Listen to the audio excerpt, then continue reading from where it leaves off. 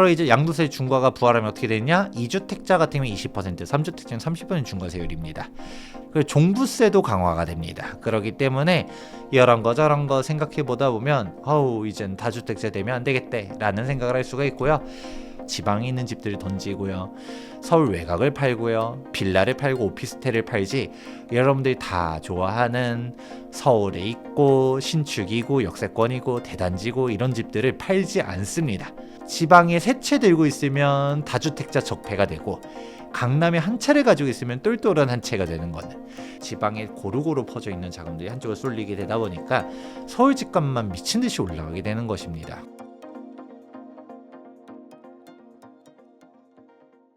안녕하세요. 오늘 인터뷰 진행을 맡은 김예은입니다. 정부는 집값을 잡는다고 하는데 현장에서는 오히려 집값이 더 오를 수 있다는 이야기 많이 들려오는데요.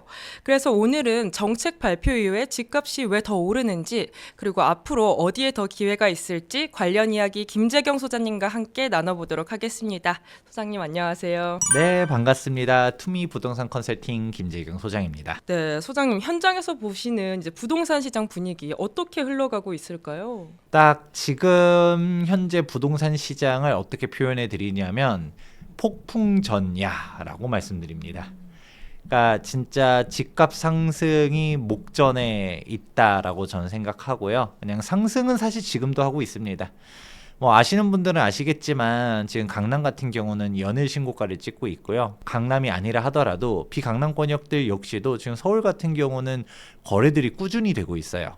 그런데 우리가 흔히 말하는 폭등이라고 말하기에는 거래량에 대한 절대량 자체가 좀 낮은데 현재 시점에서 부동산 대책이 나온다라고 하니까 조금 지켜보겠다라는 사람들이 있긴 하지만 지금 현재 오늘 촬영 시점이 엄청 추운 날입니다. 네.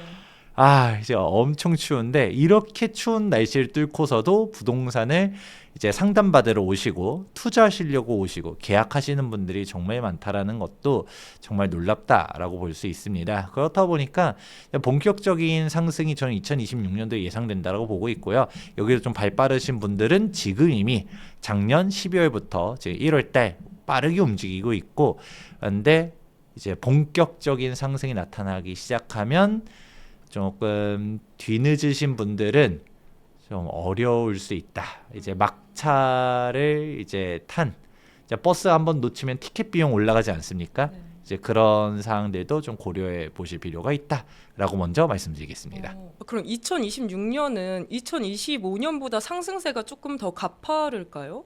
네, 저는 그렇게 보고 있습니다. 2025년도는 사실 엄밀하게 말하면 이재명 정부 효과 자체가 딱 한 번 나왔습니다. 2025년도 간단하게 복기를 해보도록 하자면 2025년도 상승장은 총 3번이 있었습니다. 우선은 상반기 때 일명 오쏘공이라고 얘기했었죠. 오세훈 서울시장이 토지거래 허가구역을 한번 풀었다가 대차게 올라가니까 25년도 3월달에 재지정을 하게 되는데요. 근데 또 아이러니하게도 재지정을 할 때 또 어떻게 했었냐, 묶었었던 데를 다시금 딱 그대로 묶은 게 아니라 강남 3구 용산구를 다 묶습니다. 그러니까 본격적으로 비강남권역 마포구, 성동구, 강동구 폭등이 그때 불꽃같이 한번 나타나게 되었었는데요. 그러다가 이제 또 대선 이슈가 본격적으로 나오면서 좀 잠잠하다가 언제 또 폭등을 하느냐, 2025년도 6월 달에 이재명 대통령 당선 이후 엄청나게 올라가기 시작합니다. 미친 듯이 올라가기 시작하니까 6.27 대책을 이제 발표하면서 잠재웠었고요. 그러다 이제 공급 대책 9.7 대책을 발표하니까 또 미친 듯이 올라가기 시작하더니 왜 올라간지 아실 겁니다. 공급 대책이라고 말했지만 별로 별 내용이 없는 맹탕 공급이다라고 하니까 이 현 정권도 별거 없구만 하면서 엄청나게 올라갔었고요. 그러다가 11호 부동산 대책이 나오면서 지금까지 솔직히 집값은 못 잡았고요. 오히려 지금 올라가는 데들은 꾸준히 올라가면서 거래량은 낮지만 계속적으로 이제 짠짠짠짠짠짠 움직이는 게 현재까지 부동산 시장 분위기입니다. 근데 여기서 솔직히 이재명 정부 당선 이후로는 사실 6월 폭등과 9월 폭등이 있었지만 그 두 가지 모두 다 이재명 정부의 탓이라고 말할 수는 없어요. 대표적으로 6월달 올라간 것이 물론 기대감은 있었겠죠. 이제 진보 정권이 잡을 때마다 집값이 올라갔더라. 노무현 때 올라갔고 문재인 때 올라갔고 이재명도 일명 삼연봉을 조심해라 라는 얘기들도 했었었고요. 세 번 속으면 안 된다 정도로 순화해서 얘기도 많이 했었었는데 이제 그런 식의 학습 효과들로 인해서 올라갔다라고는 하지만 그렇다고 해서 이재명 정부 자체가 무언가를 한 건 아니거든요. 근데 이제 9월달 폭등은 사실 이재명 정부의 탓이 맞습니다. 그러면 이런 상황을 인지하고 나면 2026년도 상승장도 어떤 식으로 흘러갈 것인지를 알면 좋을 것 같은데요. 그러면 이제 답이 나오죠. 왜 올라갔을까요? 그리고 지금도 그렇게 미친 집값이 왜 더 미쳐가는 것일까를 알려고 하면 다주택자 규제 때문입니다. 결론만 말하게 되면 똘똘한 한 채 선호 현상을 더 강화시키는 현 정부 정책 때문에 서울 집값과 지방 집값 간의 양극화, 서울 내에서도 아파트와 비아파트, 그리고 신축 아파트와 구축 아파트 간의 양극화 계속적으로 나타난다라는 말씀들을 드리는데요. 당장 첫 번째 부동산 대책이었었던 유기실 대출 규제 한번 생각해 보시게 되면 서울 수도권을 부동산을 취득하려고 한다라고 했었을 때 수도권 전역을 대출 규제로 다 묶었습니다. 다주택자 같은 경우는 이제 대출을 못 받고요. 이제 무주택자가 1주택자가 되려고 했었을 때 최대 한도 6억 원이었습니다.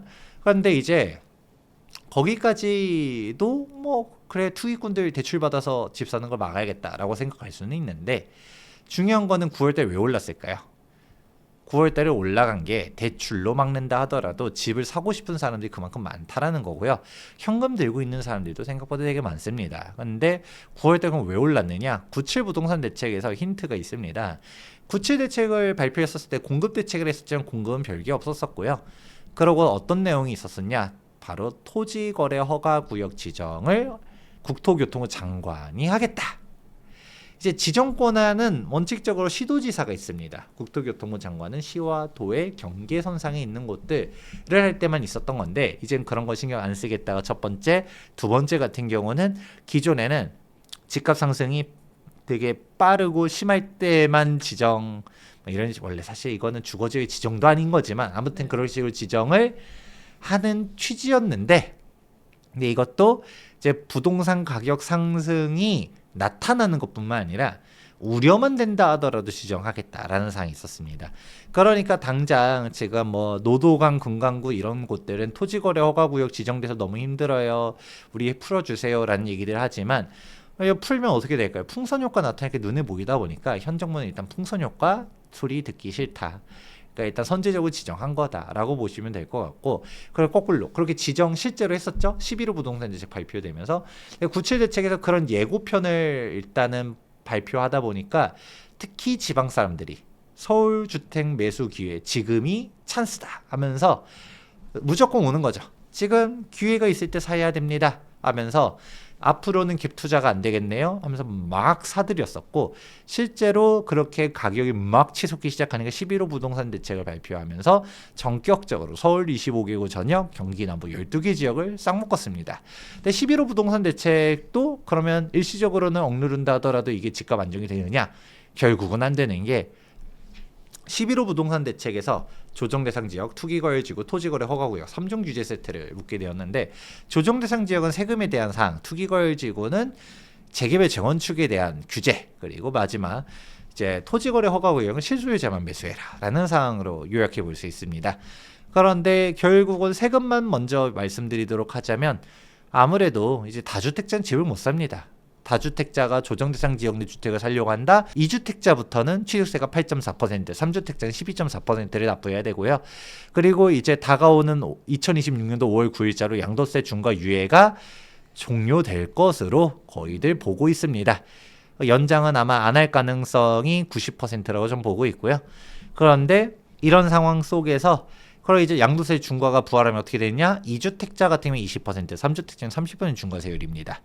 그러면 팔아도 남는 게 이제 없어지겠죠. 그리고 종부세도 강화가 됩니다. 그렇기 때문에 이런 거 저런 거 생각해 보다 보면 이젠 다주택자 되면 안 되겠다라는 생각을 할 수가 있고요.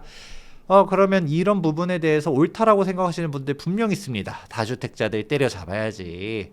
그래야지 우리 무주택자들 집이 생기는 거 아니겠습니까? 라고 말할 수 있는데 하나는 맞고 둘은 틀린 게 다주택자의 집을 팝니다. 근데 여러분들이 원하는 집을 파는 게 아니라 여러분들이 관심 없는 집들을 팔죠. 지방에 있는 집들을 던지고요.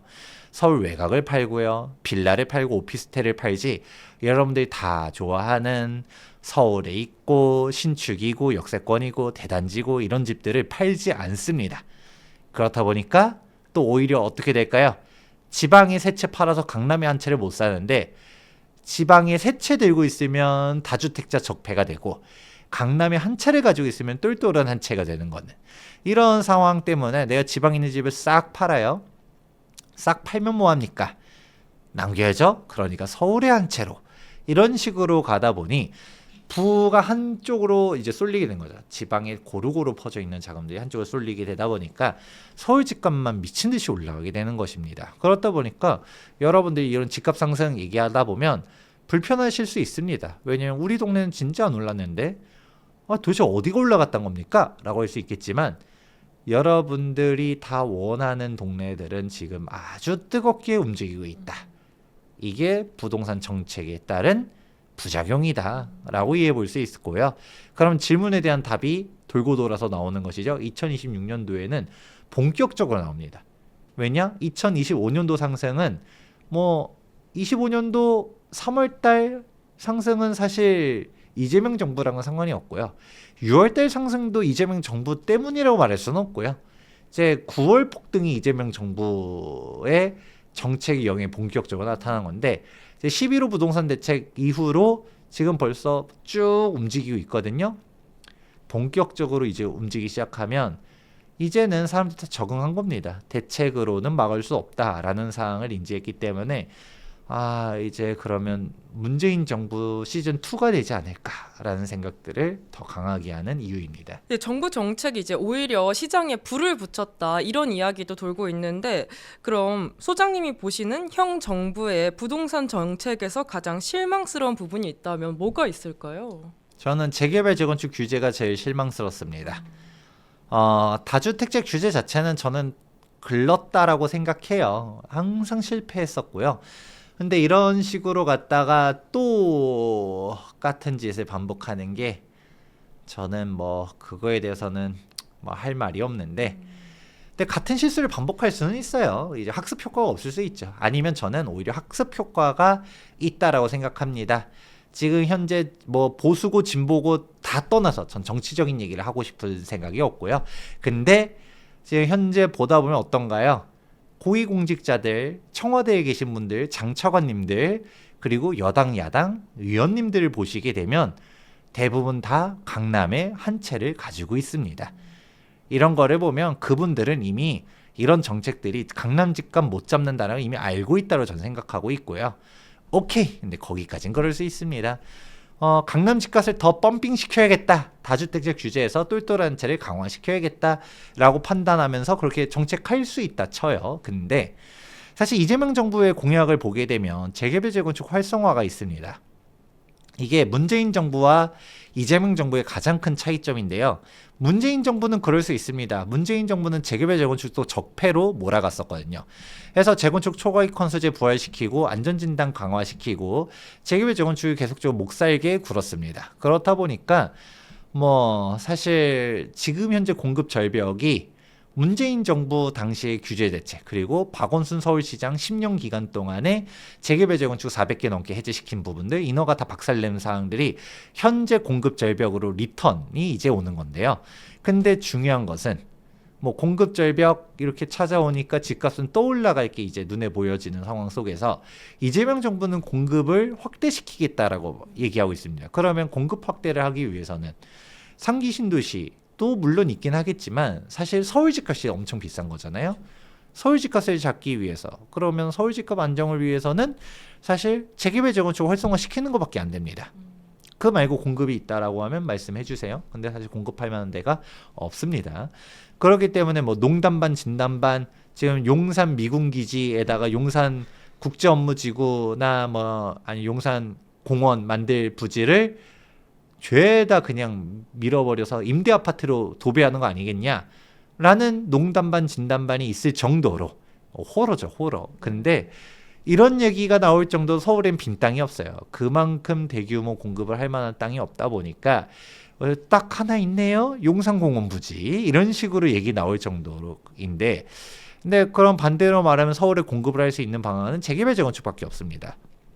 그리고 실제로 이재명 정부는 재개발 재건축 활성화를 얘기했어요. 그러니까 우리 대통령께서 우리 재개발 활성화, 재건축 활성화 해줄 거라고 기대하신 분들이 있는데, 근데 거꾸로 보게 되면 6.27 대책, 아까 이주비, 그러면 거꾸로 보게 되면 그럼 거꾸로 보게 되면 그런데 정작 대책들을 보게 되면 재개발 재건축 거꾸로 규제를 하고 있습니다. 6.27 대책부터 살펴보게 되면 먼저 이제 대출 규제를 걸었다는 얘기 하지 않았습니까? 하지만 그게 우리가 주택담보대출만 거는 게 아니라 재개발 재건축에 이주비 대출, 중도금 대출도 같이 규제합니다.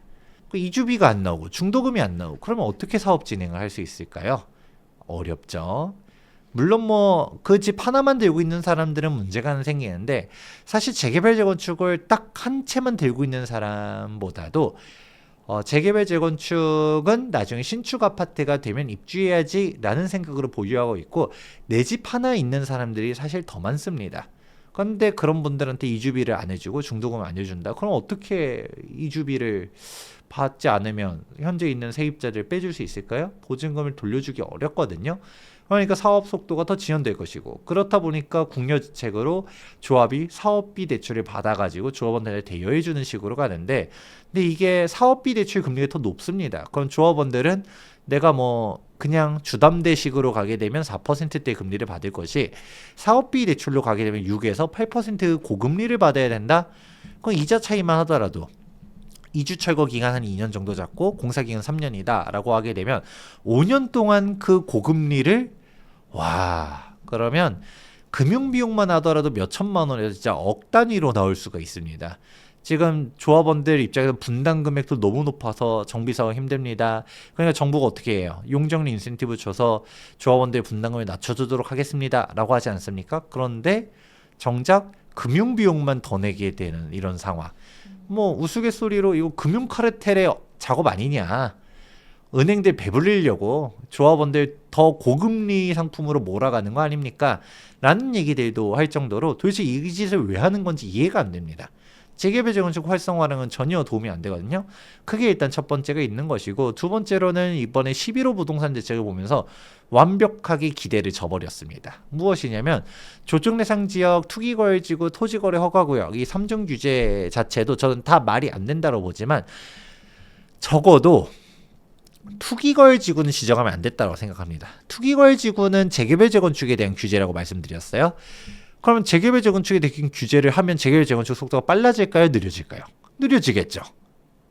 그럼 재개발 재건축 규제를 왜 하는 겁니까?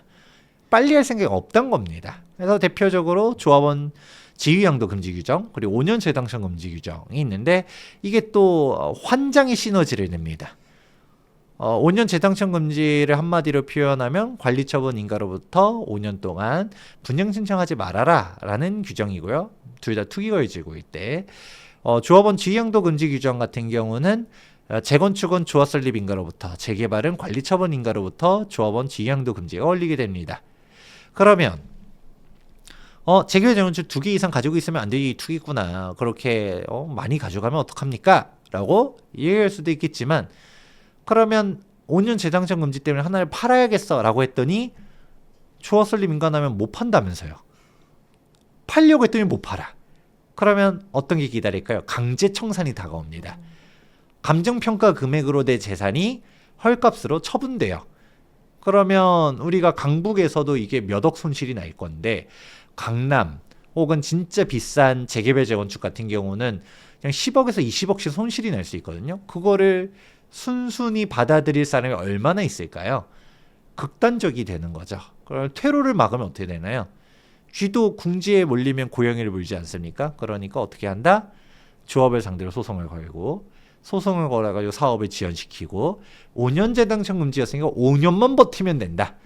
이미 내가 관리처분 인가난 지 한 2년 지났어. 그럼 3년 버티고, 3년 지났어 2년만 버티자. 이런 식으로 움직일 수 있다 보니까 현재 재개발 재건축 조합들 보다 보면 이상한 비대위들이 있어요. 이게 조합 정상화를 위한 게 아니라 반대를 위한 반대라는 분들이 등장하고 있습니다. 우리가 의견들은 낼 수 있어요. 비대위라고 해서 다 나쁜 거다라고 말하는 게 아니라 진짜 조합 집행부가 엉터리로 운영을 해가지고 더 좋은 방식이 있는데도 조합원들의 소중한 자산을 이제 착취한다.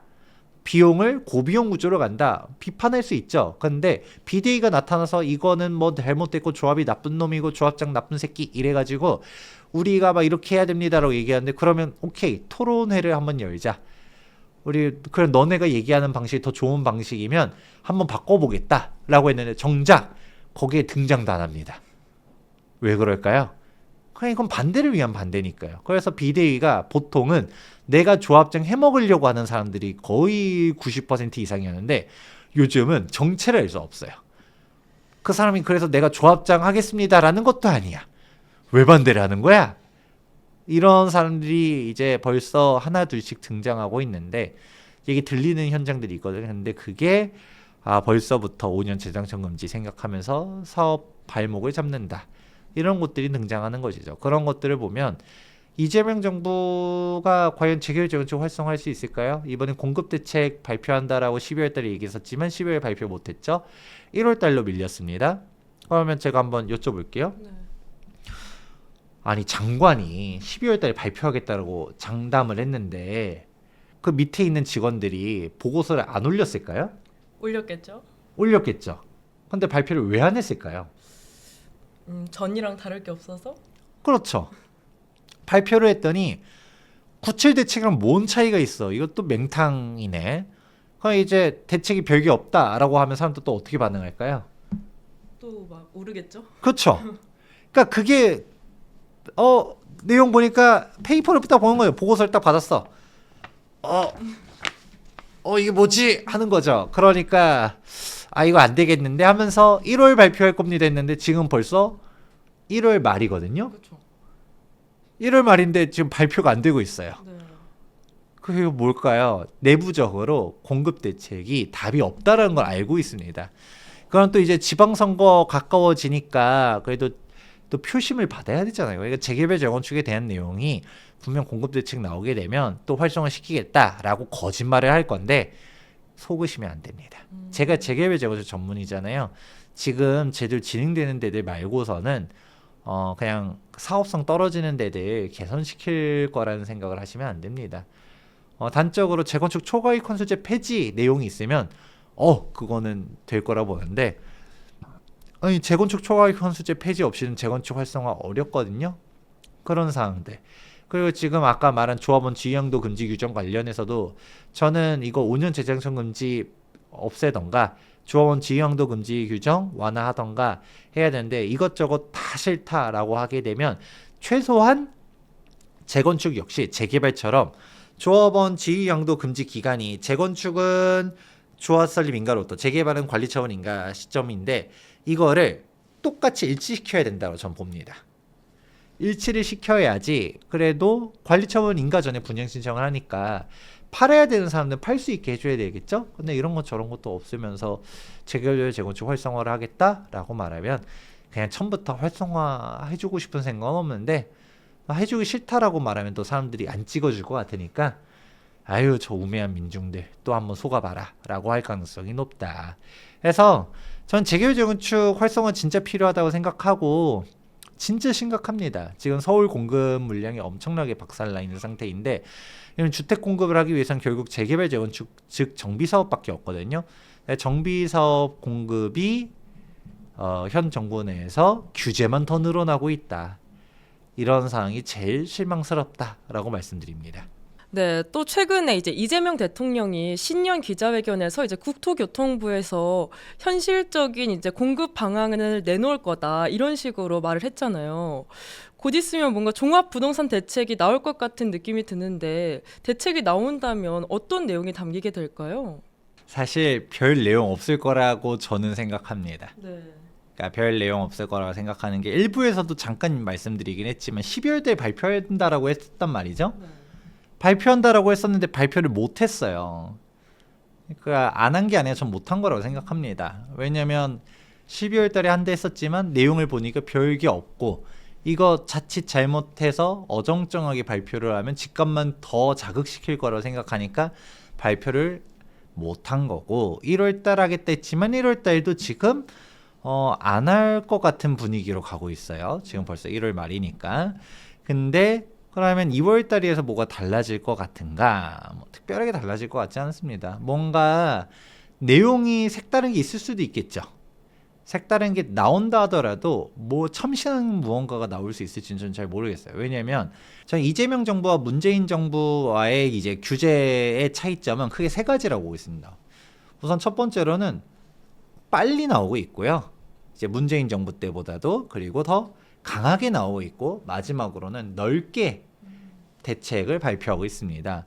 당장 6.27 대책 같은 경우도 문재인 정부 때 수많은 이제 대출 규제들이 막 나왔었던 걸 압축해서 한 방에 터뜨렸었고 그리고 이렇게 빨리 대책이 나올 줄도 몰랐었죠. 대통령 집권하자마자 한 달도 안 될 대책이 나올 줄 몰랐었잖아요. 그리고 마지막으로 이 규제 지역에 대한 범위를 수도권 전역으로 할 줄 몰랐었어요.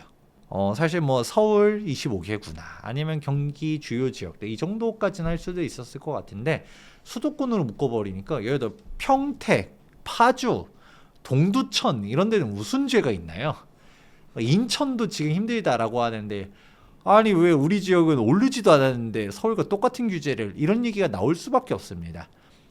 그런 식으로 가는 게 이재명 정부는 일단은 문재인 정부 때 있었던 정책이 일단은 틀렸었죠. 실패했습니다. 그러면 이제 문재인 정부 때 왜 실패했을까를 복기를 할 때 제가 말씀드렸던 건 다주택자 규제가 잘못됐구나. 오히려 규제를 풀어야겠다. 그리고 공급 중심으로 가야겠다라고 했었으면 좋겠는데 그런 식으로 생각을 안 하고 우리 규제의 방향성은 옳았어. 다주택자 놈들 더 쥐어짜야겠어 라고 하면서 규제의 강도를 더 압축해가지고 발표를 하고 또 그놈의 풍선 효과 소리 듣기 싫다 하니까 넓게 빵 터트리는 거 아니겠습니까? 그런 식으로 가는 게 현재 트렌드라서 지금 움직이는 상황들도 보다 보면 아이고 이렇게 똑같이 가는구나 라는 상황을 할 수 있고요. 그러면 같은 맥락입니다. 뭔가 이제 공급 대책 하겠다 했지만 공급 대책 할 만한 게 없습니다. 뭘 할 수 있을까요? 사기 신도시 발표? 이런 게 있을 수 있을까요? 그러면 97 부동산 대책이 맹탕 공급이로 욕을 먹었었던 이유 중 하나가 사실 상기 신도시 있었던 거 더 빨리 하겠습니다. 조금 세대수 늘려주겠습니다. 뭐 이 정도밖에 없어서거든요. 그러니까 이게 뭔 내용이야. 뭐 문재인 정부 때 윤석열 정부 때 썼던 거랑 크게 발전된 게 없잖아 라고 하니까 비판을 받았었던 건데 근데 이번에도 규제 사항이 똑같이 나오면 그건 뭐 별 내용 없는 건 마찬가지일 거고 그런데 여기에서 그럼 색다르게 하려고 하면 근데 사실 저는 97 대책이 왜 그렇게 맹탕으로 냈었을지에 대해서 이해는 합니다. 왜 그러냐면 우리가 공급이 색다르게 달라지려면 뭔가 대규모 택지 지정해야 되거든요. 근데 그러면 서울에선 당연히 빈택지가 없습니다. 그럼 경기도에서 뭔가 더 추가 지정해야 되는데 이런 거를 뭔가 지정했었을 때 지역 주민들이 좋아할까요? 싫어할까요? 싫어하죠. 네. 상기 신도시를 발표했을 때도 당연히 그 토지가 강제 수용당하는 농민들의 반발은 당연히 있고요. 그 주변에 있는 사람들도 싫어합니다.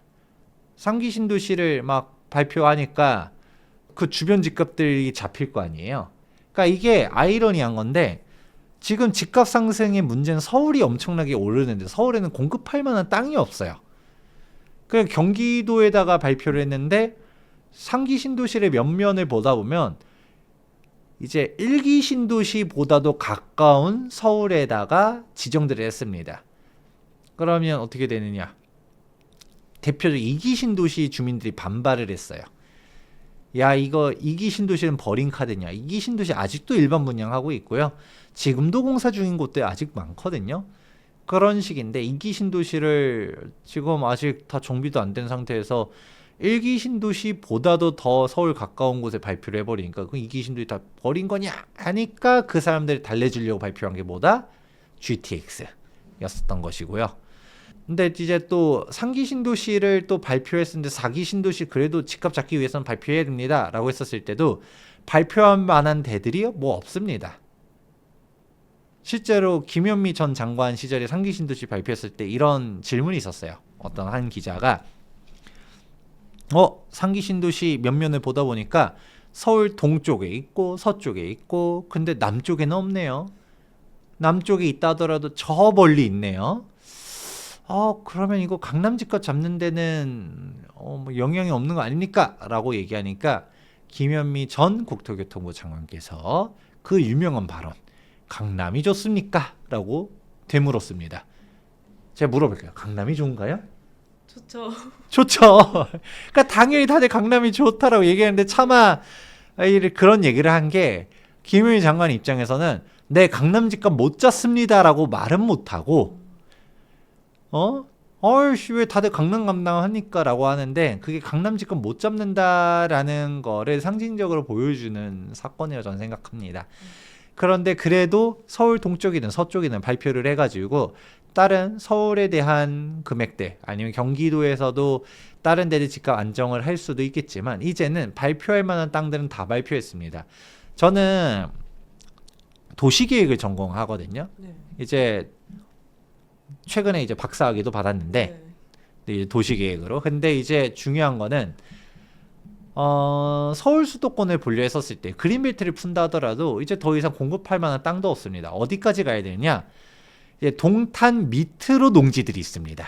이제는 동탄도 멀다 생각하는데 동탄 밑에 그리고 평택 주변에 아니면 저기 파주 이런 데다가 신도시를 또 지으면 그 주변 주민들이 좋아할까요? 안 좋아하겠죠? 우리 1동탄 있고 2동탄 있잖아요. 3동탄 만든다고 생각해 보겠습니다. 3동탄 5만 세대 이러면 동탄 집값 어떻게 될까요? 초토화되지 않을까요? 네. 그럼 동탄 주민들이 현 정권을 좋아할까요? 싫어할까요? 싫어하겠죠. 싫어하겠죠. 일산 신도시 안 그래도 지금 집값 별로 힘들어가지고 아이고 이러고 있는데 일산 2 발표는 어떻게 돼요? 일산 주변에 농지 되게 많거든요. 안 그래도 고양 창릉 3만 8천 세대 때문에 짜증나서 힘든데 갑자기 창릉 2 하면 발표하고 일산 2 발표하면 일산 주민들이 좋아할까요? 싫어할까요? 싫어하죠. 싫어하겠죠. 파주 운정은 운정 3까지 있는 걸로 알고 있는데 운정 4, 운정 5 이렇게 발표하면 좋아할까요? 싫어할까요? 싫어하죠. 답이 다 나와 있습니다. 근데 제 정치적인 얘기하는 건 아닌데 우리 팩트만 놓고 얘기하면 그 지역 주민들이 투표 경향이 민주당을 지지하던가요? 국민의힘을 지지하던가요? 민주당? 민주당? 그러면 지방선거 앞두고 있죠? 네. 일산시장 또 해야 되고 네. 우리가 광역자치단체장들을 뽑아야 되는데 그러면 지금 민주당 지자체장들 입장에서는 이런 대책 발표를 이미 사전에 돌았다라고 하게 되면 그 절대 안 된다라고 할까요? 지지를 할까요? 절대 안 된다고. 절대 안 된다라고 하죠. 그게 답이 나온 겁니다. 왜 대책이 맹탕이 나왔냐? 지방선거를 앞두고 있기 때문이에요. 6월 달에 지방선거가 있잖아요. 그러면 화장실 들어갈 때 그리고 나올 때가 다르죠. 일단 내가 지자체장이 됐어. 네. 그럼 임기 4년 보장되죠? 그럼 발표하든 말든 일선 투 하든 말든 뭐 그냥 네. 그럴 수 있겠죠. 아니 물론 표면적으로 반대는 하겠죠. 반대는 하겠지만 뭐 국가가 하겠다는데 뭐 어떡해. 그렇다고 해서 나 민주당 탈당할 겁니다 라고까지 하면서 결사항전 이럴 거 아니잖아요. 그분들 절대 본인직 안 내려놓거든요. 그러면 일단 지방선거 앞두고 있으니까 내부적으로 검토는 올라갔겠죠. 그리고 맨날 얘기 나오는 거 뭐 이제 노원구의 태릉 CC 얘기 나오죠. 궁궐푸정이 서울에 왜 있어야 됩니까? 라는 얘기 하는데 그 아파트 때려 넣겠다? 오케이 좋아요. 근데 거기 노원구잖아요. 네. 노원구는 지지정당이 어딜까요? 노원구요? 민주당? 아니, 전 절대 정치적인 얘기를 하는 게 아니고 그냥 그렇다라는 겁니다. 실제로 문재인 정부 당시에 태릉 CC 개발하겠다라 했었지만 노원구 주민들이 엄청 반대했고요. 노원구 지역구 국회의원도 엄청 반대했어요. 그게 결국 무산됐었잖아요. 그겁니다. 이게 지지정당이라고 해서 다 똑같이 모든 걸 다 이해해주고 그러지 않거든요. 우리 지역의 안 좋은 얘기들은 다 싫어합니다. 괜히 님비, 핀피 아니겠습니까? 그러니까 좋은 것만 유치하고 싶은 거고 싫은 거는 다 내보내려고 하는 게 안타깝지만 이제 인간 사회의 삶이 어쩔 수 없는 것인데, 그러면 현실적으로 생각해 보는 거죠. 공교롭게도 그런 게 다 또 이제 민주당 지지하는 곳에 있겠네. 이런 데다 잘못 발표하면 지방선거에서 질 수도 있겠네. 어떻게 해야 되겠어요? 이런 발표를 할 수 있을까요? 없을까? 못한다라는 것입니다. 그러니까 돌고 돌아서 이렇게 되는 거예요. 공급을 사실 하려고 하면 할 수 있어요. 하려고 하면 할 수 있는데 하지 못하는 겁니다. 이걸 발표하면 표 계산을 할 수밖에 없거든요. 정치인이잖아요. 그 위정자들이 사실 제일 중요한 거는 내가 당선이 되냐 안 되냐만 생각하거든요. 그러면 이게 발표를 했었을 때 이해득실 따져보는 거죠. 내가 당선이 될 때 도움이 될까 안 될까? 안 되겠네 싶으면 안 하는 거죠. 그러니까 그분들은 진짜 집값 안정에 도움이 되느냐 안 되느냐 이건 별로 관심 없거든요. 그러니까 결과론적으로 보니까 이건 뭐 서울 집값 상승은 어쩔 수 없구나. 그러니까 본인들은 다 서울에 내 집 마련하고 강남에 내 집 마련하고 그러지 않습니까? 이게 그게 다 정답인 거기 때문에 이 정치인들을 너무 믿으시면 안 되고요. 각자 도생하셔야 된다. 그러니까 결국은 공급 대책 뭐 나올 거 딱히 없고 나왔자 봤자 별거 없고, 그러니까 얘기 나오는 게 그놈의 이제 용산은 지지정당이 좀 빨가네? 여기다가 그냥 발표할까라고 하지만 이게 또 사실 어떻게 따지면 그냥 대한민국의 경쟁력만 그냥 좀먹는 그런 상황이라서 저는 도시계획 전공자로서 그런 거는 안 된다라고 생각을 하지만 뭐 어떻게 합니까? 그러니까 이제 진짜 답이 없는 거예요. 그만큼 공급이 요원한 겁니다. 그러니까 대책 발표 분명 뭔가 하긴 하겠지만 뚜껑 까봤자 기대할 만한 거는 별로 없어 보인다라고 말씀드립니다. 그러면은 차후 나올 대책이 혹시 세금 관련 문제는 어떤 식으로 흘러가게 될까요? 세금은 오히려 강화하는 쪽으로만 나오겠죠. 근데 세금 관련된 것도 쉽게 발표하지 못할 겁니다. 역시 지방선거를 앞두고 있잖아요. 지방선거를 앞두고 있다 보니까 완화도 못하고 강화도 못할 겁니다. 왜냐면 당장 지금 보유세 관련돼서도 기사 찾아보신 분들 있을 겁니다. 국토위 관계자들 딱 질문을 해보니까 보유세 인상 찬성자가 있었을까요? 없지 않나요? 없었습니다. 네. 보유세 인상에 반대하는 사람이 소수였고요. 찬성은 제로, 나머지는 다 유보입니다. 유보란 얘기는 뭘까요? 왜 유보를 했을까요? 차마 찍을 수 없어서. 차마 찬성이라고 못하고 네. 그분들은 찬성이라고 해석해야 돼요. 네. 왜 유보냐? 반대라고 소신을 밝힐 수 있는 사람은 반대라고 했습니다. 그런데 사실 찬성인데 찬성이라고 말하면 욕먹을 것 같으니까 유보라고 한 거고요. 그러면 이거를 우리가 어떻게 해석해야 될까요? 지방선거 끝나고 보자. 이 우매한 민중들아. 보유세 낼 준비해라. 라고 해석해야 됩니다. 왜냐하면 보유세 인상할 거예요. 현 정부 많이 할 겁니다. 보유세 엄청 올릴 거고요. 올릴 건데 지방선거를 앞두고 있죠. 지방선거 전에 보유세 얘기 못 할 겁니다. 그러고 지금 현재 세금 얘기들 이래저래 나오지만 그것도 얘기 못 할 겁니다. 지방선거 앞두고 있잖아요. 역풍 맞을 수 있기 때문에 양도세가 됐든 뭐가 됐든 당장은 이러지도 저러지도 못한 상태로 있을 거라고 저는 생각하고요. 하지만 지방선거 끝나면 얘기가 달라지죠. 올릴 거예요. 양도세도 더 강화시킬 거고요. 보유세도 올릴 거고요. 5만 가지 대출 규제니 뭐니. 근데 뭐 사실 대출 규제는 이미 할 만큼 다 해서 뭘 더 할 수 있는지는 잘 모르겠지만 아무튼 간에 규제들은 더 강화할 거라고 저는 생각합니다. 이번에 안 한다라고 해서 속으시면 안 된다. 실제로 이재명 정부 당선됐을 때 규제 안 하지 않을까요? 라고 말하시는 분들이 생각보다 많았거든요.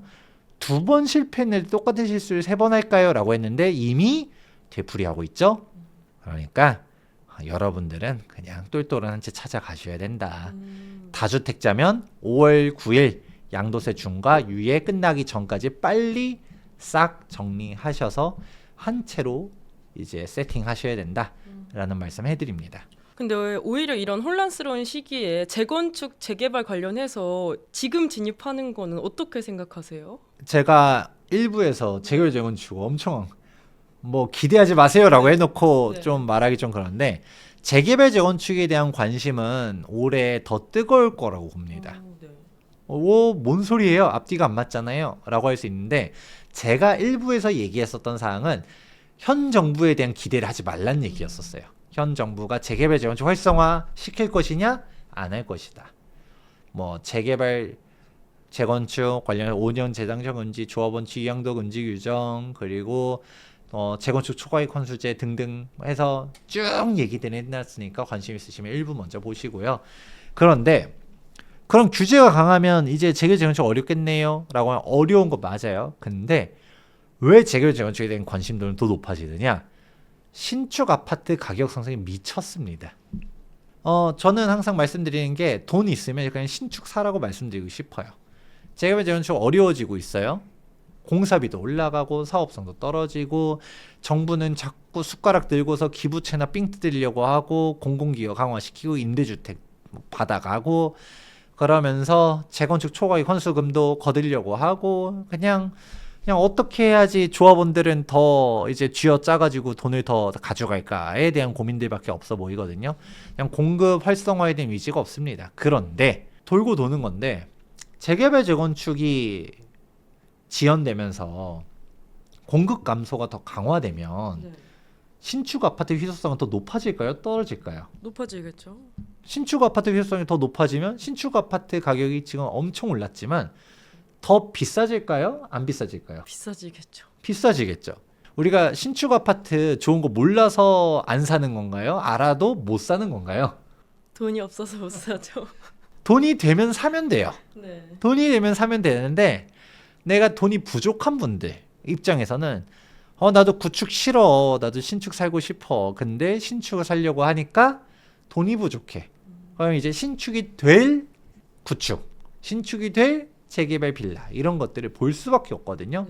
그래서 신축 아파트 가격이 올라가면 올라갈수록 아이러니하게도 재개발 재건축에 대한 기대가 높아질 수밖에 없습니다. 그러면 재개발 재건축을 살려고 하는 건데 근데 아까 이제 말들이 어느 정도 상충되거든요. 이건 기대감은 높아지는데 규제는 강화돼. 그래서 가격이 올라가요 떨어져요 하게 되면 옥석 가리기를 하셔야 된다. 가는 데는 가는데 못 가는 데는 못 간다. 그래서 지금 현재 공사비만 하더라도 이 분담 금액들을 감당할 수 있는 조합들은 가지만 안 되는 곳들은 못 가거든요. 그래서 당장 지방에 있는 재개발 재건축 현장들은 거의 올스톱인 곳들이 되게 많습니다. 지방은 공급도 많아가지고 지금 미분양도 엄청나게 많거든요. 5억에 분양했는데 미분양 나가지고 4억으로도 낮춰서 할인 분양하고 이런 것들이 있는데 뭔 공급을 또 해요. 그러니까 지방 사업장들은 우리가 이 공사비를 부담할 필요가 있을까요? 하면서 안 해버리는 곳들도 있는데 근데 우리가 이제 서울 같은 경우를 잘 따져보게 되면 지금 서울은 너도 나도 받으려고 하거든요. 작년에도 이슈됐었던 곳이 은평구의 대조 1구역 힐스테이트 메디알레 고분양가 논란이 있었지만 완판되지 않았습니까? 그러니까 결국은 서울은 다들 줄 서서 받으려고 하고요. 경기도에서도 분당에서 신축도 아니야. 그냥 느티나무 리모델링 얼마였더라? 26억인가? 26억인가에 분양했는데 사람들 싹 몰려가 완판됐었고요. 또 광명에서 광명 11구역 힐스테이트 광명 여기 분양가만 확장이니 뭐니 붙이면 거의 17억 가까이에 분양했거든요.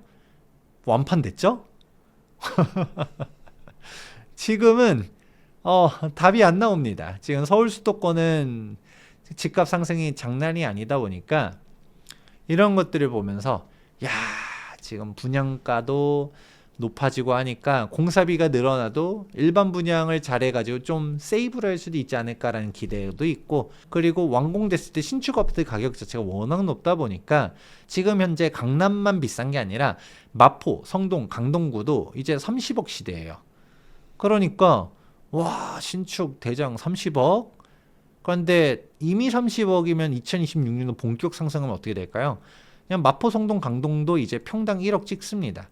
33평 기준으로 33억 시대 이제 올 거라는 것인데, 그러면 지금 현재 재개발 재건축 분담금 뭐 지금 현재 뭐 7, 8억 내는 곳들 정말 많아졌고, 사업성 떨어지는 데는 이제 10억씩 또 감내해야 된다라고 얘기하지만 10억 납부하더라도 뭐 될 것 같은데, 완공되는 게 좋을 것 같은데라고 하는 데들은 가는 거고, 아닌 곳들은 못 가는 거고, 이런 식으로 휘비가 엇갈린다. 그렇기 때문에 종합을 해보자면 재개발 재건축 2026년도에 주목하셔야 되고요. 근데 아무거나 다 사면 안 된다. 옥석 가리기를 잘 해야 된다라는 말씀 해드립니다. 네, 소장님이 말씀하신 것처럼 이제 재개발, 재건축에서도 옥석 가리기가 중요할 것 같은데, 그럼 돈이 되는 구역을 판단하는 핵심 기준 3가지를 꼽자면 뭐가 있을까요? 사실 가장 심플한 방법은, 우리가 보통은 뭐 입지 그리고 뭐 사업성 이런 부분 체크하라는 얘기들 많이 하잖아요. 가장 심플한 거는 인근 신축 아파트 시세만 고려해 보셔도 됩니다. 뭐냐면, 내가 재개발 재건축 투자하려고 한다. 지금 분담 금액이 어떻게든 올라가고 있어요. 우리가 조합이 뭐 사업성이 좋냐 나쁘냐 했을 때 조합원들을 홀릴 수 있을 만한 요소는 되게 많습니다. 뭐 지금 우리 사업성 좋아요, 비례율 높아요 라고 말하는 건 다 거짓말이라고 말하기 좀 그렇지만, 어쨌든 말장난할 수 있는 사항들은 되게 많아요. 왜냐면 가장 대표적인 게 공사비를 낮게 잡아 놓으면 분담금 별로 안 나오거든요. 예를 들어 지금 우리 분담금 별로 안 냅니다. 아유 뭐 그 김재경 소장이라는 사람이 무슨 7억씩 나온다고 했다고요? 아유 우리는 그렇게까지는 아니고요. 4, 5억이면 됩니다 라고 할 수도 있어요. 근데 그게 진짜 사업성이 좋아서 그런 걸 수도 있는데, 가장 대표적인 말장난이 공사비입니다. 그러면 우리 공사비 평당 얼마로 잡았어요? 라고 하면 엄청 낮게 잡아놨을 거기 때문에 답변하기가 곤란할 겁니다. 뭐 예상 공사비를 평당 600, 700 이렇게 잡아놓은 거죠. 그건 지금 현재 시공사 수주하는 곳들의 현장은 지금 800만 원도 없습니다. 다 900부터 출발이에요. 그러면 공사비 우리가 현실적으로 900만 원 잡고서도 분담금액 5억입니다 라고 말하면, 오, 그런 곳은 되게 아주 현실적인 곳인데, 근데 그런 게 아니다 라고 하면 이제 공사비 이제 증액하는 만큼 분담은 빵빵 뛸 거다라고 보시면 될 거고요. 또 다른 사항, 일반 분양 수입을 엄청 과대평가했을 가능성이 높습니다. 일반 분양 수입이 우리가 뭐 진짜 물론 그렇게 분양할 수도 있어요. 하지만 지금 다음에 대표적으로 예상되는 규제 정책이 분양가 상한제를 확대할 수도 있다는 얘기들이 있습니다. 현재 분양가 상한제 지역은 강남 3구랑 용산구 딱 4개 지역만 있습니다.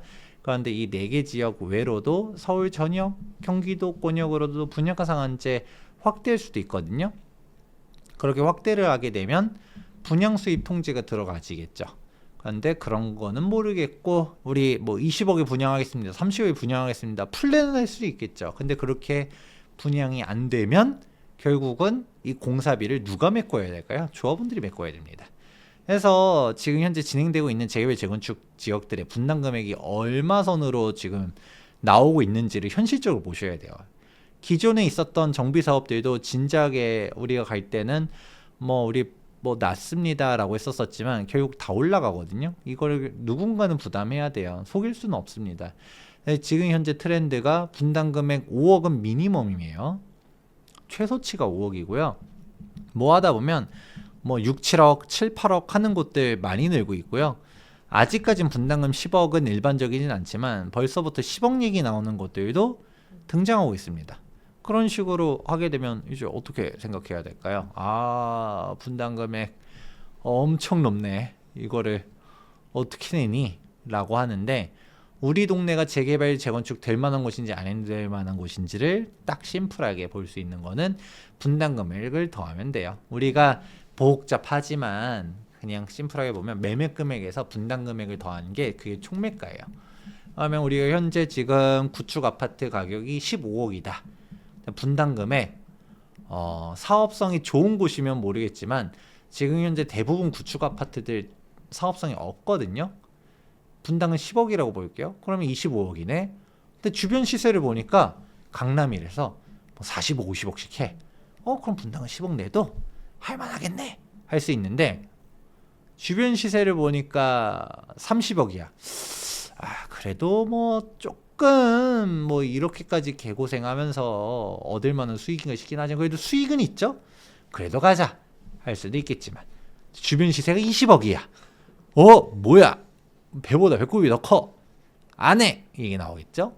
그게 현실이기 때문에 이 분당은 납부 능력이 있습니까 없습니까? 사업성이 있습니까 없습니까는 사실 인근 신축 아파트 가격만 놓고 본다 하더라도 답이 나오는 것이고요. 여기서도 한 발 더 나아가면 제가 사업성을 분석하는 방법을 여러 개로 얘기하기는 어렵겠지만 뭐 우리가 용적률 대지분 말씀은 드려요. 근데 이런 것들을 여러분들이 다 알기는 어려우니까 이제 가이드만 드리자면 일단 90년대 지어진 아파트들은 많이 힘들다 보시면 됩니다. 대표적으로 80년대 조성된 아파트 단지가 목동 신시가지 그리고 상계주공, 중계주공 이런 곳들이죠. 뭐 하계주공, 청동주공 등등등 아무튼 많습니다. 그 단지들 보다 보면 여기서도 대지 지분이 목동은 높죠. 그러니까 비싸죠. 싸고 좋은 거 없습니다. 비싼 다 이유가 있고요. 목동은 누가 봐도 좋으니까 재건축 될 거네요. 팍 올라오고 지금 노도강 같은 경우는 그 주공 아파트 힘들잖아요. 그거를 사실 대지 지분 보다 보면 매우 낮다라는 것을 알 수 있어요. 재건축 사업성이 떨어지는구나. 그러니까 자꾸 정부에 기대는 거죠. 소장님 지금 이번에 지구 단위 계획안에 보니까 역세권 주변은 상업지역으로 갔다가 종상을 시켜주고 용적률 인센티브 빡빡 주면 그냥 가지 않을까요? 근데 그거 용적률 인센티브 준다고 공짜가 아닐 거거든요. 기부 체납 많이 해야 될 거거든요. 뭐 근데 그거는 일단 논외로 한다 하더라도 일단은 도와주지 않으면 어렵다라는 사실이 일단 첫 번째고요. 자, 80년대만 해도 사업성 있는 곳 없는 곳이 있는데 90년대 아파트들은 어떨까요? 대표적인 게 노후계획도시특별법이죠. 노후계획도시특별법, 일명 일기 신도시 특별법이 왜 나왔을까요? 90년대 단지들이 사업성이 없으니까 나온 겁니다. 재건축 사업성이 없으니까 특별법까지 만들면서라도 지원을 해줘야지 갈 수 있다 라는 얘기인데 여기서도 분당은 날라가죠. 분당 집값 장난 아닙니다. 근데 그나마 평촌 좀 오르고 일산, 삼본, 중동 힘들어요. 얘네들은 막 지금 우리는 언제 오르나요? 맨날 이러고 있거든요.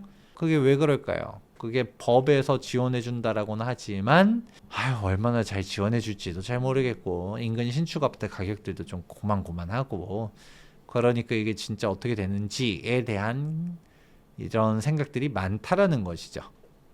그런 식이기 때문에 그래도 노후계획 도시들은 법에서 지원이라도 해주는데 그조차도 아닌 90년대 단지들 사업성 없는 곳들 태반이고요.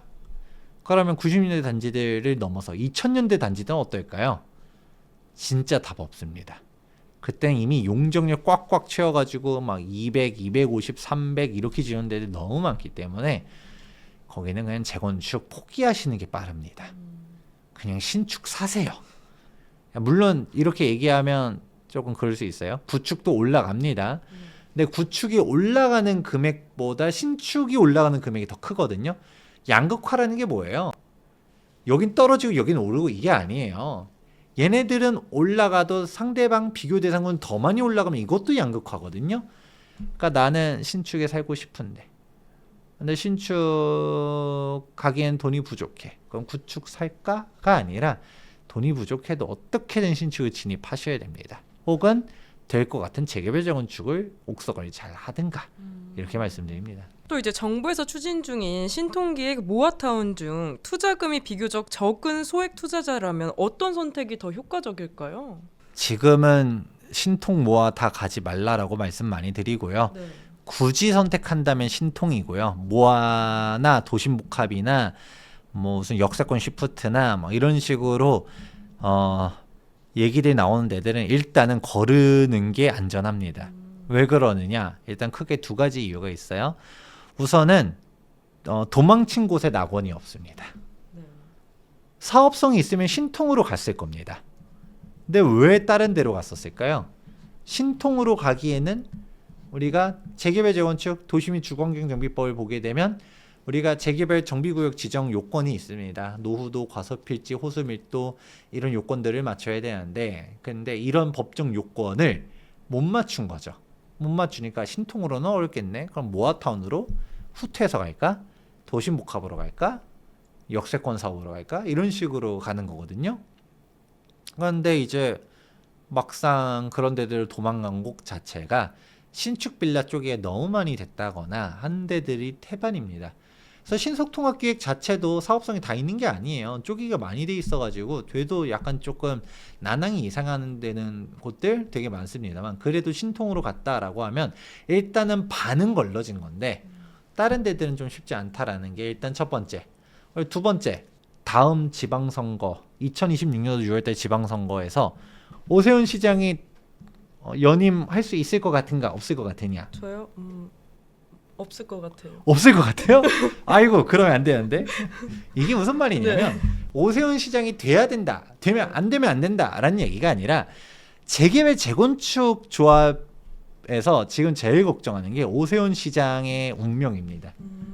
오세훈 서울시장도 좀 말들은 많아요. 이게 뭐 말은 뭐 보수 정부 말은 보수 시장이면서 재개발 좀 활성화하겠다라고 해도 막상 보면 데이케어 센터니 한강뷰 임대니 뭐 무슨 공공보행 통로니 임대주택 많이 넣으라고 하고 소셜믹스 얘기하고 조합원들이 되게 싫어하는 것들이 되게 많거든요. 그래서 이거 오세훈 이거 보수 시장 맞습니까? 라는 얘기 하시는 분들도 많은데 그래도 오세훈 시장은 일단 재개발 좀 활성화를 하겠다라고 말하고 재개발 재건축 활성화가 본인의 아이덴티티잖아요. 그러면 이제 사람들이 생각하는 거죠. 진보 시장이 되면 어떻게 될 것인가? 오세훈조차도 이렇게 얘기하는데 대놓고 박원순 시즌2가 오면 어떻게 될까?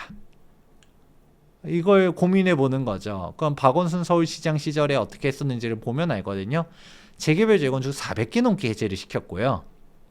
해제도 강제로 시킨 거는 아니에요. 물론 강제로 해산시킨 것도 있긴 합니다. 나중에 이제 대법원까지 올라가가지고 서울시가 패소를 하고 조합이 부활을 했는데 책임지는 사람은 아무도 없었죠. 이제 상처뿐인 승리인데. 그런데 아무튼 그렇게 해서 조합원들한테 해제합시다라고 했는데 싫어요. 우리 재개발 재건축 할 겁니다라고 하니까 인허가를 다 발목 잡았죠. 지금 출마 선언 공식적으로 하신 대표적인 분이 있습니다. 박주민 위원님이라고 있습니다. 네. 우리 박주민 위원님이 재개발 재건축 활성화를 시킬 것 같나요? 안 할 것 같나요? 안 할 것 같아요. 큰일인데 그러면 그게 문제입니다. 우리 박주민 위원님은 유명하죠? 임대차 3법 입법 발의하신 분이시거든요. 우리 기본특별시를 공약으로 걸지 않습니까? 평등한 사회 좋을 수 있습니다. 근데 이제 그게 재개발 재건축이랑은 어떤 상관관계가 있을지를 잘 생각해 보시면 좋을 것 같고요. 지금 정원호 현 성동구청장 얘기도 조금씩 나오고는 있어요. 네.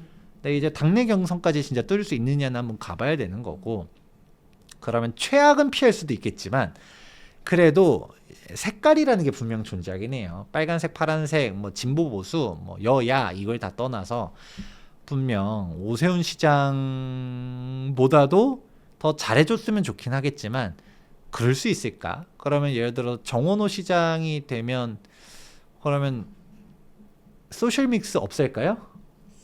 임대주택 줄이라고 할까요? 아니요. 공공기여 하지 말라라고 할까요? 오히려 이게 좀 우려스러운 거죠. 그러니까 사람들이 특히 재개발 재건축 쪽에 있으신 분들은 다음 지방선거가 정말 중요하다라는 얘기들을 해요. 그러면 생각해보면 지금 현재 신속통합기획 모아타운 물어보셨잖아요. 이런 초기 현장들은 많이 힘들 수 있다라는 겁니다. 여기서도 특히 오세훈표 신통기 오세훈표 모아타운이잖아요. 오세훈표라고? 전임시장 업적 지우기를 하지 않을까라는 우려들이 분명히 있고요. 박원순은 그렇게 했었거든요. 그런데 이제 어떻게 할 것인가 한번 보시고요. 그리고 인허가도 쉽게 될 수 있을까가 두려운 거죠. 그래서 그냥 모르는 겁니다. 오세훈 시장이 재선에 성공할 수도 있고 아니면 민주당 시장이 된다 하더라도 이게 박이 될지 뭐 정이 될지 우리는 뭐 모르는 것이고 그거는 열려 있는 것인데 우리는 확률 싸움을 하는 거죠. 누가 됐었을 때 어떤 영향이 있을까라고 하게 되면 좀 보수적으로 갈 필요가 있다는 얘기 해드리고요. 그러면 일단 최소 조합설립 인가 난 곳들 얘기를 해드리고 두 번째로 조합설립 인가에서 한 번 더 안전하게 가려면 사업시 인가 받은 데들 가라는 얘기 해드려요. 일단 사업시 인가를 받았던 얘기는 뭘까요? 건축시민이 교통행위평가니 5만 가지 인허가를 다 받았다라는 것입니다. 그럼 이제 인허가권자가 발목 잡을 일이 없고요. 관리 차원까지 가야 되는 사항들은 감정평가 받고 분양 신청하고 이제 조합원들끼리 이제 알아서 하는 겁니다. 그렇기 때문에 뭐 막을 게 없어요. 그러니까 안전하게 가겠다라고 하면 물론 속도 빠른 데들은 비싸죠. 비싸지만 저는 현 시점에서 안전하게 가야 된다. 나는 물론 하이리스크 하이리턴입니다. 인생은 한 방이야. 나는 떼돈 벌 거야. 해가지고 뭐 우리 막 무슨 유튜브 보다 보면 그런 얘기 있잖아요. 1억 투자로 10억 벌 수 있는 곳. 아, 그렇죠. 그런 곳 있으면 너는 얼마나 샀는데? 라고 물어보고 싶은데 비트코인보다 좋은 거 아니에요? 그렇죠. 1억으로 10억 벌 수 있는 곳 있으면 이거 친척들이 다 사줘야 될 것 같은데. 반대로 말하면 전제 조건이 뭘까요? 완성이 된다는 전제 조건 하에. 근데 이런 정치적인 불확실성 우리는 모르는 거잖아요. 제가 계속 누누이 말씀드렸어요. 누가 돼야 된다가 아니라 어떻게 되냐에 따라서 우리가 영향을 분석해야 된다라는 것이죠. 그러니까 제 점쟁이는 아니잖아요. 그렇죠. 신통 모아 대박 낼 수 있어요. 그리고 모든 신통과 모든 모아가 다 되는 건 아니겠지만 대박 나는 곳들 분명 있을 겁니다. 근데 내가 운이 억세게 좋아. 소장님, 저는 로또만 샀다 하면 1등이었고요. 주식 샀다만 하면 그냥 다 돈 벌었고요. 제가 운이 한운 하거든요. 모아타운도 사는 순간 대박 날 겁니다. 라고 하면 사도 돼요. 근데 그렇게 운이 센 사람들은 이미 모아타운 안 살 겁니다. 왜냐면 이미 돈이 많기 때문에 그냥 안전하고 확실한 거 살 겁니다. 일단은 잘 가도 일단 시간이라는 게 오래 걸리기 때문에 그런 사람들은 그냥 이미 강남 아파트 샀어요. 그러니까 내가 운이 그렇게 좋은지는 잘 모르겠다면 리스크를 그렇게 지는 거를 권해드리고 싶지는 않다라고 말씀드립니다. 그럼 앞으로 눈여겨보면 좋을 서울 재개발 재건축 단지 약간 3곳 정도만 추천해 주실 수 있을까요? 뭐 사실 너무 뻔한 얘기인데 네. 강남 가셔야 되고요. 반포 압구정 잠실 얼마나 좋습니까? 가셔야 됩니다. 동부 이천동 가셔야 되고요. 여의도 가셔야 되고 목동 가셔야 돼요. 근데 이런 건 다 알잖아요. 그렇죠. 돈이 없어서 못 가는 거죠. 한남 성수 가셔야 됩니다. 재개발로 따지게 되면 한남 성수 가셔야 되고요. 흑성 노량진 가셔야 되고요. 그런 데들 좋은 거 몰라서 안 가는 거 아니거든요. 돈에 맞춰서 가셔야 되는 거예요. 그래서 질문 자체가 잘못된 거죠. 그래서 내 금액에 따라서 가는 거고요. 근데 이 금액에 따라서는 생각보다 많아요. 소장님 전 돈이 부족해가지고 못 가요가 아니라 우리가 아까 뭐 사업시 인가까지 난 데들은 다 비싼 거 아니에요? 라고 하면 제가 여러 방송에서 많이 얘기했었는데 저기 노원구 상계 뉴타운 상계 2구역 2026년도에 관리처원총회 할 거거든요.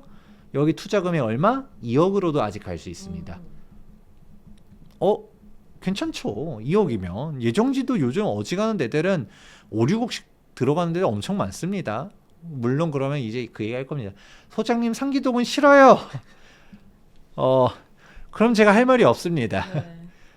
네. 본인이 판단하시는 거죠. 저는 그 돈으로 예정지 갈 겁니다. 하면 가세요. 저한테 이것만 얘기 안 하면 됩니다. 소장님 여기는 어떨까요? 답정너거든요. 네. 진짜 좋은 데는 안 물어봐요. 그거 아시죠? 여기 가서 소장님 여기는 어떨까요? 라고 물어보면 그런 곳들 중에서 소장님 저 여의도 들고 있는데 여기 어떨까요? 다음 시장 아까 소장님 얘기 들어보니까 박원순 시즌2 되면 쉽지 않을 것 같다던데 어떨까요? 이런 얘기 할까요? 안 물어봅니다. 압구정 들고 있는 사람이 재건축 초과이익 건수제 때문에 압구정 재건축 박살내면 어떡할까요? 이런 거 안 물어봐요. 그분들은 나 압구정인데 나 여의도인데 나 목동인데 그냥 그렇습니다. 네. 그냥 그 사람들 그냥 가는 거예요. 그렇기 때문에 항상 물어보는 데들은 어정쩡한 곳들이 물어본다. 그렇기 때문에 여러분들이 자기 확신이 있는 곳들은 믿고 가시면 돼요. 왜 자꾸 물어보시나요? 불안하니까. 불안하니까. 그러니까 자꾸 누가 좋다라고 해서 샀어. 부동산 사장이 여기 진짜 좋대.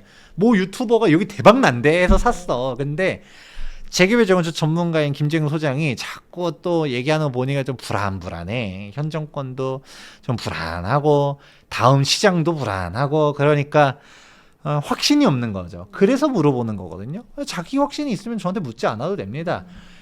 그런데 자기 확신이 없으니까 그런 거거든요. 네. 그러면 내가 리스크를 어떻게 할 것인가를 잘 생각해 보시면서 움직이셔야 된다라는 얘기들이죠. 그러면은 2억 원대도 갈 데가 있으면 한 3, 4억 원대도 약간 좋은 데 갈 수 있나요? 3, 4억 원이면 네. 전 저기 많이 얘기하죠. 장위 뉴턴. 아. 장위 14구역은 아직 3억 중반, 4억으로 갈 수 있고요. 15구역은 이제 어렵습니다. 돈이 더 필요해요. 그런데 여기도 26년도에는 사업시행 인가총회 할 거거든요. 네. 뭐 그런 식으로 할 거고 그래도 입주까지는 한 8년에서 10년 정도는 보셔야 된다. 아. 그러니까 이게 핵심인 건데 우리가 빨리 되지 않아요. 사업시 인가가 나도 입주까지 기본 8년이고요. 그리고 아까 상기 뉴턴 얘기했었잖아요. 상기 뉴턴 이제 관리 처분 올해 이제 들어가게 된다 그랬을 때 올해 하반기에 난다라고 쳐도 그럼 올해는 그냥 다 쓰겠죠? 네. 그럼 이제 내년에 이제 본격 이주 들어가게 되면 이주 철거 기간 2년 잡아야 될 거고요. 공사 기간 제가 3년 얘기했었잖아요. 3년도 요즘은 더 잡아야 된다는 얘기 많습니다. 4년 잡아야 된다는 얘기도 있어요. 그러면 어영부영하는 사이에 입주까지 6년에서 7년 될 수도 있어요. 그런데 지금 이제 조합 설립하려고 해요. 이제 안전진단 들어가요. 이제 정비구역 지정도 아니고 신청을 위해서 신통기획 모아타운 추진할 겁니다. 최소 15년에서 20년 보셔야 됩니다. 여러분들 라이프 사이클을 좀 고려해서 투자해야 된다는 얘기 많이 하거든요. 여러분들 자녀한테 사주는 거는 그건 괜찮아요. 여러분들 자녀가 아직 미취학 아동이에요. 혹은 뭐 학생이야. 결혼하려면 아직 멀었어. 그러면 괜찮은데 지금 대학생만 갔다 하더라도 예정지 사주시면 안 됩니다. 그냥 좋았을 인가 났어도 최소 10년이기 때문에 이제 그런 것들로 가셔야 되지 그냥 언제 입주할지 알 수 없거든요. 이런 부분들을 고려해서 투자를 하셔야 된다. 그리고 만약 진짜 하실 거면 분석을 진짜 꼼꼼하게 하셔야 된다라고 얘기해드리죠. 아, 그럼 재건축, 재개발 단지 투자에 있어서 가장 큰 리스크는 뭐가 있을까요? 다 말씀드렸잖아요. 네. 정권이 리스크고 지방선거가 리스크도 네. 막 그런 얘기 해드렸고 그 자체적인 사업성들도 다 보셔야 되고 공사비 계속 올라가고 지금 생각해 보세요. 저는 일단 옳고 그르고를 떠나서 주 52시간 노란봉투법, 중대재해처벌법 하나하나 뭐 논리는 있습니다. 뭐 해야 되는 이유들은 있어요. 근데 이 모든 것들이 건설 시장을 옥죄고 있거든요. 공사하란 거예요, 말란 거예요? 하지 말란 얘기죠. 네. 지금 현재 중소 중견 건설사들 다 무너지고 있습니다. 특히 지방 중심으로 사업장 했었던 곳들 시행사들 이미 골로 간 지 오래고요. 시공사들도 많이 힘들고요. 무너진 데도 엄청 많아요. 전문 건설 업체들 막 수백 곳이 폐업을 했습니다. 그런 상황 속에서 대기업들 우리 그룹사에 있는 곳들 그런 건설사들만 어떻게든 버티는 건데 여기서도 좀 위기설이 있다라고 나오는 몇몇 건설사들도 있지 않습니까? 여러분 알만한 곳들 중에서도 그럴 정도로 건설업이 진짜 어려워요. 근데 현 정부가 펼치는 정책들이 건설업을 활성화시키는 것보다는 옥죄는 것들밖에 없기 때문에 좀 어렵죠. 솔직히 앞으로 말하면. 쭉 계속 어려운 장세가 계속 되겠죠? 5년 동안 네, 계속. 그러면 이렇게 어려워지고 신축 공급이 감소되면 감소될수록 신축 아파트 희소성만 더 높아지고 신축 아파트 중심으로 가격 상승은 계속적으로 견인될 것이다 라고 봅니다. 네, 소장님 말씀 들어보니까 재건축, 재개발 공부하기 정말 어려운 것 같은데 관련해서 이제 소장님께 질문하고 싶으면 어떻게 하면 소장님을 뵐 수 있을까요? 일단 저희 투미부동산을 찾아오면 저를 못 만납니다. 네. 이게 제가 워낙 바빠가지고 보통 사무실에 안 있는 경우들이 많아서 저희 사무실로 전화 주시면 저희 직원분들 통해서 무료로 상담받을 수는 있고요. 저랑 만나려고 하면 일단 물론 미리 사전 예약해서 상담료를 내고 오실 수는 있는데 좀 더 이제 허들을 낮게 할 수 있는 방법이 저희가 멤버십을 하고 있어요. 유료 멤버십을 운영하고 있어서 월 55,000원 그리고 연회원, 연간 회원으로 2026년도 1월 달부터 런칭을 했는데 연회원으로 가입하게 되면 이제 할인을 좀 해가지고 50만 원으로 오실 수가 있습니다. 그런데 이제 이런 방법들 해서 저희 딱 카톡방 오셔서 이제 질문하시면 제가 답변도 해드리고 세금이 됐든 법률이 됐든 아니면 재건축 관련해가지고 이 지역 저 지역 물어보시면 제가 답변들 해드리니까요. 이렇게 해서 오셔도 되기 때문에 아마 2026년도 부동산 정책들 계속적으로 발표될 거고요. 시장이 역변할 겁니다. 그럼 계속적으로 공부하는 사람들만 이제 살아남을 수 있거든요. 지금 꾸준히 공부 관심이 있으시다라고 하게 되면 저희 김재경 소장 멤버십도 가입해 주시면 감사하겠고요. 관련된 링크는 제가 전달해 드릴 테니까 네. 고정 댓글 달아주시면 감사하겠습니다. 네, 오늘 저희가 준비한 인터뷰는 여기까지고요. 저희는 다음 인터뷰로 찾아뵙겠습니다. 감사합니다. 감사합니다.